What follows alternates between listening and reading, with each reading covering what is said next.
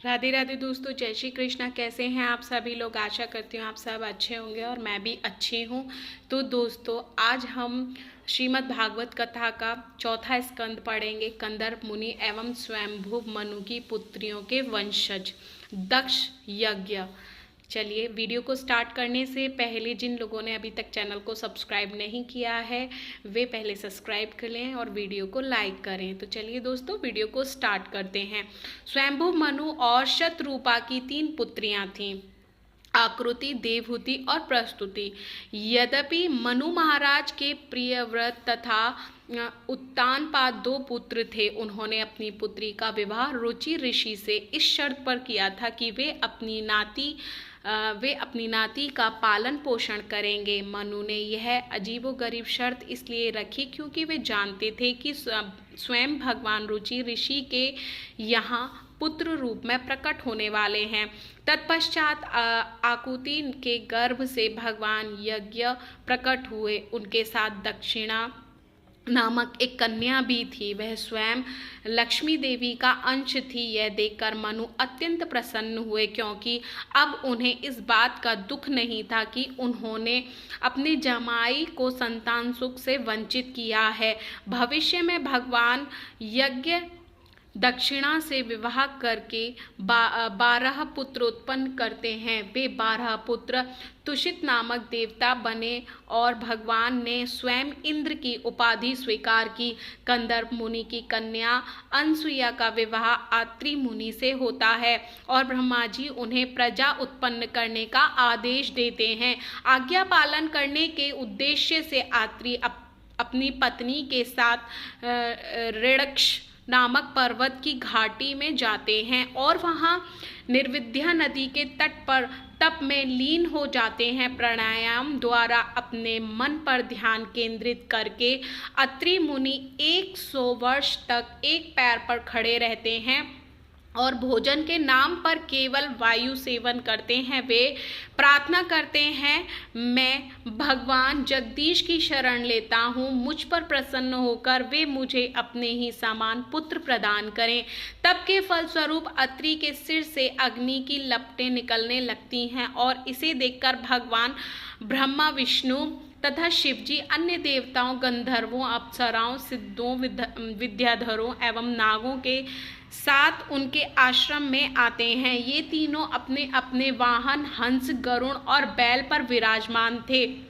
उनके हाथों में कुश, घास, चक्र तथा डमरू थे। जगत की इन 3 प्रमुख मूर्तियों को देखकर अत्रि मूर्ति कठिनाइयां पूर्वक एक पैर पर खड़े उनकी ओर आने लगे। तीनों को दंडवत प्रणाम करके वे खड़े हो गए और उनके मुस्कुराते हुए चेहरों को देखकर अत्यंत हर्षित हो उठे। वे समझ गए कि वे तीनों देव उनसे बहुत प्रसन्न हैं, परंतु कुछ ही क्षणों पश्चात इन तीनों के तेज से अत्रि मुनि की आंखें चुंधियाने लगीं और उन्हें अपनी आंखें मूंदनी पड़ी। कुछ समय पश्चात वे सामान्य हो गए और मधुर एवं सार्थक शब्दों में प्रार्थनाएं करने लगे। हे ब्रह्मा, विष्णु और शिव जी, मैंने उन भगवान से प्रार्थना की थी जो सृष्टि के पलने भी विद्यमान रहते हैं, परंतु इस समय आप तीनों को अपने सम्मुख देखकर मैं भ्रमित हो रहा हूँ। मैं जानता हूँ कि परम भगवान एक हैं और उन्होंने प्रकृति के गुणों के निर्देशनार्थ स्वयं को 3 रूपों में विभाजित किया है। कृपया मुझ पर अनुग्रह करें और बताएं कि आप तीनों में से सृष्टि का विस्तार वास्तविक ईश्वर कौन है। यह सुनकर वे तीनों देव मुस्कुराते हुए बोलने लगे, हे ब्राह्मण देवता, हम तीनों वही हैं जिन पर आप ध्यान कर रहे थे, इसीलिए आपको हमारी आंशिक शक्ति से युक्त 3 पुत्र प्राप्त होंगे। और तब अत्रि मुनि को देखते देखते ब्रह्मा, विष्णु और शिवजी तीनों अकस्मात अदृश्य हो गए। वास्तव में अत्रि मुनि के मन में परम भगवान की स्पष्ट धारणा नहीं थी और चूंकि ये तीनों सृष्टि के 3 प्रमुख विभागों सृष्टि, पालन तथा संहार के ईश्वर थे, अत्रि मुनि की इच्छा पूरी करने के लिए ये तीनों वहां प्रकट हुए थे। कुछ समय में ब्रह्मा जी का अंश लेकर चंद्रदेव, सोम, का जन्म हुआ। भगवान विष्णु का अंश लेकर महान योगी दत्तात्रेय का जन्म हुआ और शिवजी का अंश लेकर दुर्वासा का जन्म हुआ। अंगिरा की पत्नी श्रद्धा ने 4 पुत्रियों तथा 2 पुत्रों बृहस्पति तथा उतथ्य को जन्म दिया। पुलत्स्य की पत्नी हविर्भु ने अगस्त्य और विश्वा को जन्म दिया। विश्वा की पहली पत्नी इंद्रविदा ने कुबेर को तथा दूसरी पत्नी केशिनी ने रावण, कुंभकर्ण तथा विभीषण को जन्म दिया। क्रतु की पत्नी क्रिया ने वाल्यखिल्य नामक ऋषियों को जन्म दिया। भृगु के 2 पुत्रों के पोतों के रूप में मार्कंडेय ऋषि तथा उष्णा का जन्म हुआ। उष्णा कवि शुक्राचार्य के नाम से भी जाने जाते हैं। दक्ष ने अपनी पत्नी प्रसूति के गर्भ से 16 कन्याओं को जन्म दिया। उनमें से 13 का विवाह धर्म नामक ऋषि से हुआ, एक का अग्नि से, एक का पितृलोक से तथा सबसे छोटी का विवाह शिव जी से हुआ। धर्म की पत्नियों में से एक का नाम था मूर्ति। उसने भगवान के अवतार श्री नर नारायण को जन्म दिया।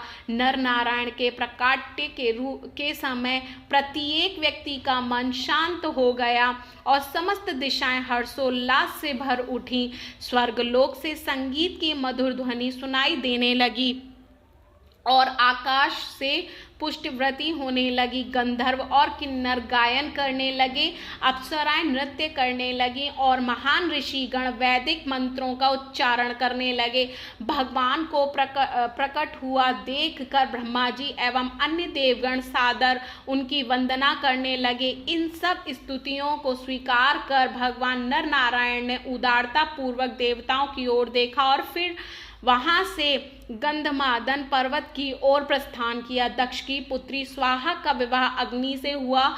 उसने जन्म लेने वाले 3 पुत्रों ने देवताओं के प्रतिनिधि के रूप में यज्ञ आहुतियों को स्वीकार किया। उनसे 45 वंशजों की उत्पत्ति हुई और इस प्रकार वे कुल मिलाकर 49 अग्निदेव हो गए। दक्ष की सबसे छोटी पुत्री सती का विवाह भगवान शिव से हुआ था, परंतु रजस्वाला होने से पूर्व ही देह त्याग करने के कारण उनकी कोई संतान नहीं हुई। यद्यपि शिव जी का चरित्र निष्पाप निष्कलंक है, उनके स्वर दक्ष अकारण उनकी निंदा किया करते थे।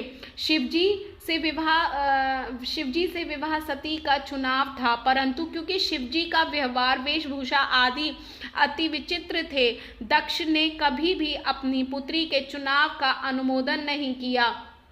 एक समय दक्ष प्रजापति ने एक विशाल यज्ञ का आयोजन किया। संपूर्ण ब्रह्मांड से विभिन्न देवता, ऋषि, मुनि तथा अग्नि देवता अपने अनुयायियों के साथ उसमें उपस्थित हुए। जब मेजबान दक्ष प्रजापति ने उस यज्ञ सभा में प्रवेश किया तो उनकी शरीर की कांति से संपूर्ण यज्ञ स्थली दद्यमान हो उठी और उनके सामने वहां उपस्थित अन्य सब देवताओं की आभा फीकी पड़ गई। दक्ष के प्रभाव को देखकर सभा में बैठे प्रत्येक व्यक्ति विस्मित रह गए। ब्रह्मा जी एवं शिव जी के अतिरिक्त सब उनके सम्मान में खड़े हो गए। ब्रह्मा जी सभापति तथा दक्ष के पिता थे, इसीलिए दक्ष ने उनके खड़े न होने का बुरा नहीं माना। परंतु शिवजी क्यों खड़े नहीं हुए? शिवजी को अपने आसन पर मूक बैठा देखकर दक्ष ने इसे अपना घोर अपमान माना। तो दोस्तों, आज का वीडियो हम यहीं विराम करते हैं। इसके आगे का पार्ट हम अगली वीडियो में लेकर आएंगे। तो दोस्तों, वीडियो को पूरा देखिएगा, आपको बहुत आनंद आएगा सुनने में। तो आशा करती हूँ आपको ये वीडियो पसंद आया होगा। अगर वीडियो पसंद आए तो वीडियो को लाइक करिए, चैनल को सब्सक्राइब करिए, फ्रेंड एंड फैमिली के साथ शेयर करना ना भूलिए। मैं मिलती हूँ आपसे इसके नेक्स्ट पार्ट में। तब तक के लिए राधे राधे, जय श्री कृष्णा।